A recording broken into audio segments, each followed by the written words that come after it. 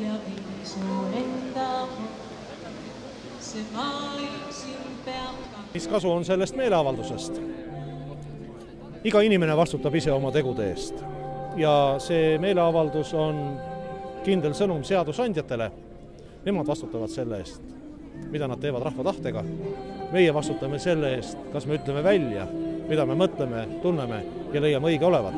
Ja minu jaoks ongi selle meeleavalduse põhiline sõnum ja põhiline tähtsus selles, et inimestel, kellel on olemas seisukohad, nad ei jää mitte vait, vaid nad ütlevad välja, on valmis dialoogiks ja oma seisukohast ka teada andma.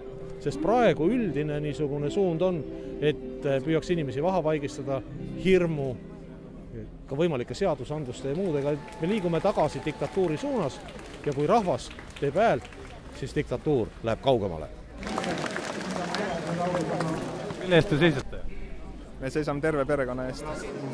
Usume, et me oma poole näitamisega mitte ei mõjuta seda üritust täna siin, vaid me mõjutame oma tulevast saatust.